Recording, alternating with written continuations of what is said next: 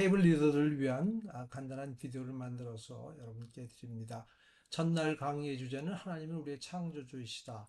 그래서 뭐 이 제목을 가지고 여러 가지 많은 것을 할 수 있겠지만 아, 먼저 암성 구절을 여러분들께 소개시켜 드리면 로마서 8장 29절 하나님이 미리 아신 자들을 또한 그 아들의 형상을 본받게 하기 위하여 미리 정하셨으니 이는 그로 많은 형제 중에서 맏아들이 되게 하려 하심이니라. 여기서 그 아들의 형상을 본받게 하기 위해서 그 의미는 그 아들의 형상과 똑같은 모습으로 우리를 만들기 위해서 이런 뜻입니다. 그래서 특별히 하나님께서 우리를 하나님의 아들의 모습으로 만드시는 그 창조의 과정을 이제 그 창세기에 나오는 하나님께서 자기 형상 곧 하나님의 형상대로 사람을 창조하시되 그 부분하고 연결시켜서 이 부분 이 단어 이 표현에 대해서는 뭐 여러 가지 다른 해석이 있을 수 있겠지만 이 두 가지를 연결시켜서 하나님께서 우리를 창조하시는데 하나님의 아들의 모습이 되도록 우리를 빚어가신다. 이 얘기를 조금 이제 나누려고 합니다. 그래서 암송 구절과 이 창세기 있는 말씀을 연결시키고 요 의미를 좀 살펴보기 위해서 에베소 1장에 있는 말씀을 좀 나누기 원합니다. 먼저 에베소 1장 4절에 보니까 창세 전에 이건 사실 창세기 이전입니다. 창세 전에 그리스도 안에서 우리를 택하사 우리로 하나님 사랑 안에서 그 앞에 거룩하고 흠이 없게 하시려고 여기서 하나님 앞에 우리를 거룩하고 흠이 없는 사람들로 만든다 이렇게 표현하고 있는데 그것이 아까 그 로마서에서 얘기했던 건 하나님의 아들의 형상을 본 형상으로 만든다 얘기하고 사실 같은 얘기입니다. 근데 그 말씀하는 이유를 3절에서 찾을 수 있는데 우리를 하늘에 앉히시기 위해서 이런 뜻입니다. 우리를 이제 축복하셨을 적에 하늘에 앉는 축복을 우리에게 주셨다. 이렇게 얘기를 하고 있는데 하늘에 속한이라는 표현을 하고 있는데 우리를 하늘에 들어가게 하는 그런 축복을 주셨다. 그것도 그 축복은 그리스도 안에서 주셨고 또 모든 신령한 복, 나중에 좀 설명을 드리겠지만 그 신령한이라는 단어가 성령님의 형용사형입니다. 그러니까 모든 성령님에 의한 복, 그러니까 이 복을 얘기하는데 모든 성령님에 의한 복, 예수 그리스도 안에 있는 복, 그리고 우리를 하늘에 앉히시는 하늘에 들어가게 하는 복. 근데 하늘에 들어가기 위해서는 우리가 하나님 앞에 거룩하고 흠이 없어야 한다. 이런 얘기로 연결시킬 수 있을 것 같습니다. 나중에 이제 택하사 이런 것들을 좀 다시 설명을 좀 드리겠지만 그래서 4절에서 이렇게 말씀을 하면서 5절에서 4절을 설명하는 구절이 그 기쁘신 뜻대로 우리를 예정하사 예수 그리스도를 말하며 자기 아들들이 되게 하셨다. 그래서 다음 슬라이드에 그 의미를 조금 설명을 드려야 됩니다. 그 예정하사라는 단어는 나중에 다시 설명을 드릴 거고 아들이 되게 하셨다 그렇게 표현을 하고 있는데 물론 뭐 아들이 되게 한다는 표현이 굉장히 일반적인 표현이지만 이게 의미 그 단어의 뜻은 아들을 만들기란 뜻입니다. 그래서 영어 성경에는 adoption 양자라는 표현으로 많이 번역이 되어 있고 이 단어가 그렇게 많이 쓰인 단어는 아닌데 로마서에서 이제 두 번, 세 번 쓰였는데 그때 양자 될 것 또는 양자 이렇게 표현이 되어 있고 여기서는 아들들이 되게 이것도 명사형인데 여기는 이제 동사가 쓰였지만 아들들이 되는 것으로 이렇게 표현입니다. 그래서 그 아들들이 된다는 것이 로마서 8장 23절 말씀에 비추어 볼 때 여기 보니까 양자 될 것 곧 우리 몸의 속량을 기다리니라. 우리 곧 성령의 처음 익은 열매를 받은 우리까지도 속으로 탄식하며 양자 될 것 곧 우리 몸의 속량을 기다리. 그 양자 될 것이 바로 몸의 속량이라고 사도 바울은 로마서에서 설명하고 있습니다. 몸의 속량이라는 것은 잘 아시는 것처럼 몸의 부활을 얘기하는 것입니다. 즉 우리가 몸의 부활을 받을 때 거룩하고 흠이 없는 사람들이 되는 것을 4절에서 이제 얘기를 하고 있죠. 그래서 거룩하고 흠이 없는 사람들로 하늘나라에 들어가는 복을 주셨는데 그렇게 하기 위해서 우리가 몸의 부활을 입고 이런 말입니다. 몸의 부활을 입고 여기서 성령의 처음 익은 열매를 받은 우리 같은 사람 우리를 얘기하는 것입니다. 성령으로 거듭난 사람들을 얘기하는 것이죠. 성령으로 거듭나서 새 생명을 가진 우리들이 속으로 탄식하며 참 여러 가지 많은 환란과 또 많은 고난과 또 어려움 가운데 우리가 탄식하며 부활의 날을 기다리고 있다 이렇게 설명을 하고 있습니다. 그래서 여기서 그 의미가 우리가 이제 부활을 받을 때에 우리가 하나님 나라에 들어간다. 이런 얘기를 하고 있습니다. 그래서 그 다음 몇 슬라이드는 이제 다 일일이 하진 않겠지만 클래스에서 나중에 이제 조금 같이 돌아보시면 좋을 것 같습니다. 그래서 우리가 받을 몸의 부활에 대한 디스크립션을 몇 구절들에서 이제 설명을 좀 하기를 원합니다. 그래서 영광스러운 몸이라고 성경은 얘기를 하고 있고, 그다음에 우리의 낮은 몸을 예수님의 영광의 몸의 형체와 같이 변하게, 우리가 예수님의 영광의 몸의 형체로 변한다고 빌립보서에서 설명을 하고 있고, 또 로마서에도 다 읽진 않겠지만 영광이라는 얘기가 여러 번 나옵니다. 그 아들의 형상을 본받는 것이 우리가 날마다 좋아져서 이렇게 본받는 그런 뜻 본받는 게 아니라 그 형상과 똑같이 된다, 이런 뜻이 단어 문자적인 표현이 예수님의 형상으로 변한다, 이런 뜻입니다. 또 여기도 보면 영화롭게, 그러니까 이 부활의 몸이 영광의 몸이라고 성경은 계속 얘기를 하고 있습니다. 골로새도 보면 너희도 그와 함께 영광 중에 나타나리라, 우리가 영광의 몸을 받을 것이라는 것을 얘기를 하고 있습니다. 데살로니가서도 우리 주 예수 그리스도의 영광을 우리가 얻게 될 것이다, 이렇게 얘기를 하고 있습니다. 베드로전서에서는 나중에 또 보겠지만 우리가 그리스도 나타나실 때 칭찬과 영광과 존귀를 얻을 것이다.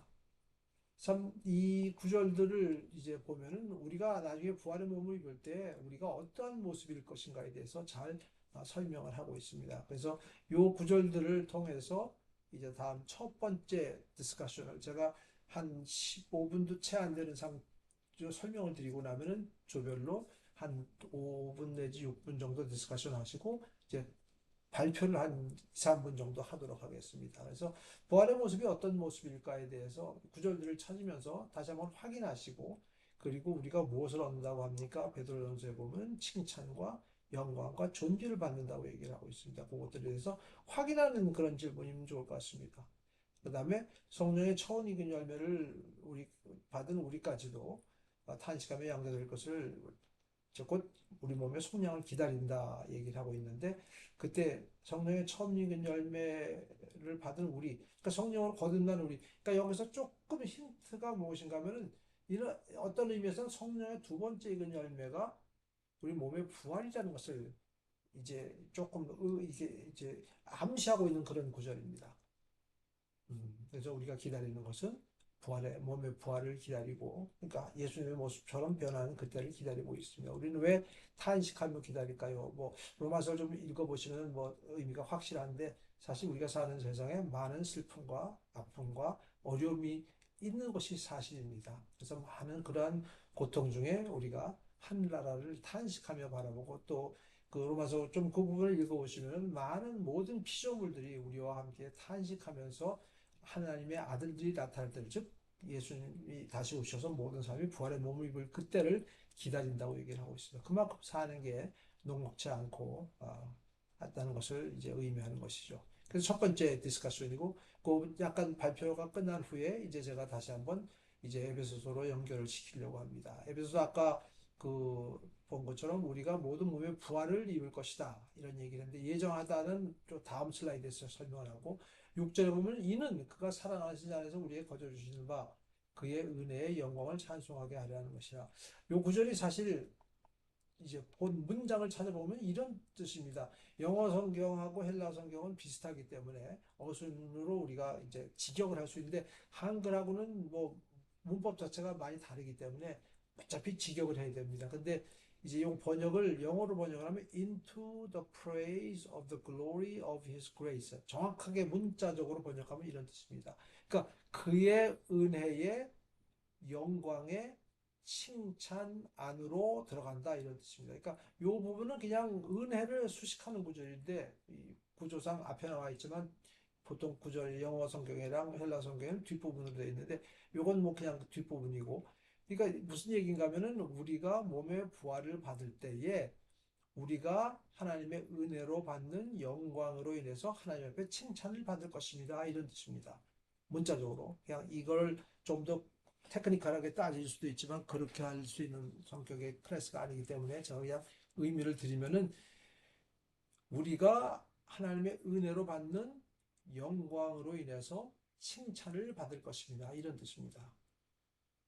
사실 우리가 나중에 부활의 몸을 입을 때 그 영광의 몸으로 인해서 하나님 앞에 칭찬을 받을 것이다 이런 뜻입니다. 하나님께서 내 사랑하는 자들아 내가 너를 기뻐하노라 하고 우리를 칭찬해 주고 우리가 이제 부활의 몸을 입고 하나님 앞에 갈 때 그것이 바로 4절에서 봤던 것처럼 4절 그 4절에서 봤던 것처럼 그 앞에 거룩하고 흠이 없게 그 앞에는 하나님 앞에 페이스 투 페이스 앞에 거룩하고 흠이 없게 되는 그때를 얘기하는 것이라. 그래서 사실 나중에 이 같은 비슷한 표현이 11절, 14절 계속해서 나왔는데 우리 시간이 없어서 다 찾아보지는 않겠지만 보시면은 다 같은 얘기를 하고 있습니다. 우리가 그 예수님의 영광의 몸을 입고 하나님께 칭찬을 받을 것이다. 이런 의미를 설명을 하고 있는 것입니다.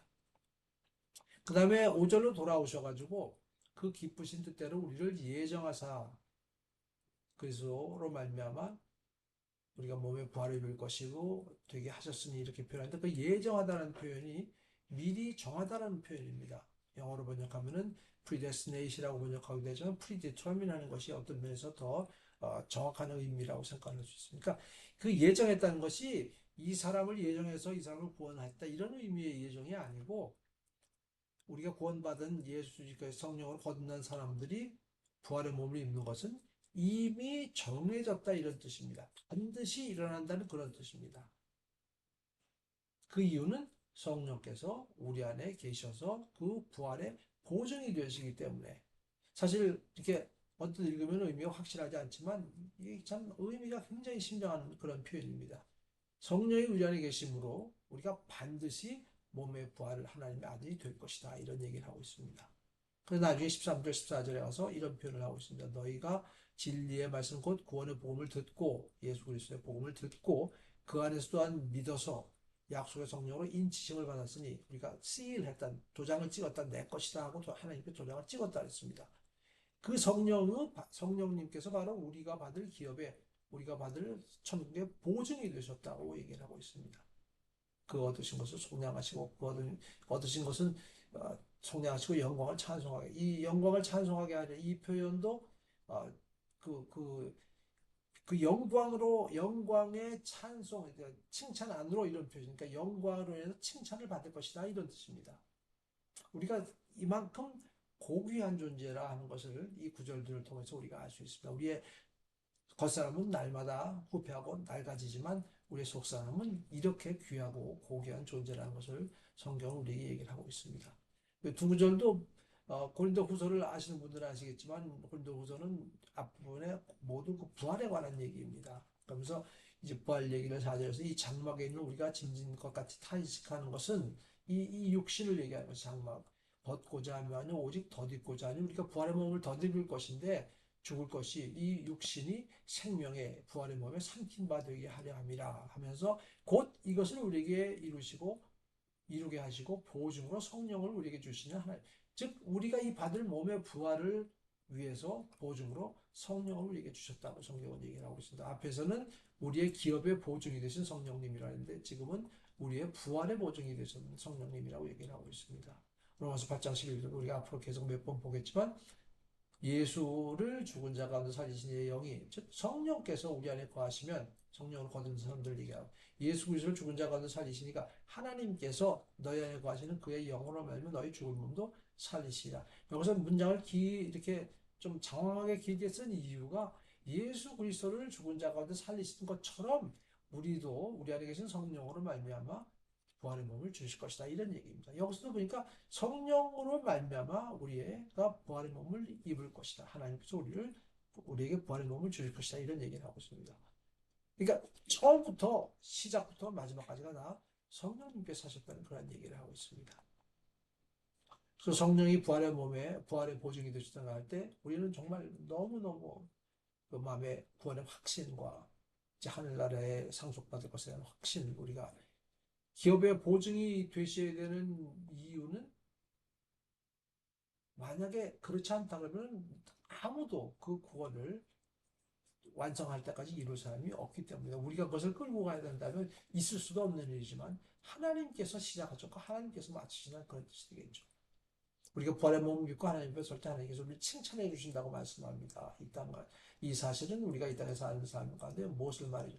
참 우리가 이런 고귀한 존재라는 것을 알 적에 우리의 삶이 참으로 하나님의 의에 걸맞는 삶을 살게 된다는 그런 얘기입니다. 참 우리가 무엇을 말하고 무엇을 보고 무엇을 행하고 하는 이 모든 것들이 정말 우리의 그 고귀한 나를 바라볼 때 얼마든지 우리가 거기에 맞는 삶을 살아야 된다는 것을 얘기할 수 있고, 또한 이것을 우리가 나누는 삶, 그것을 전파하는 그런 삶이 된다고 생각할 수 있겠습니다.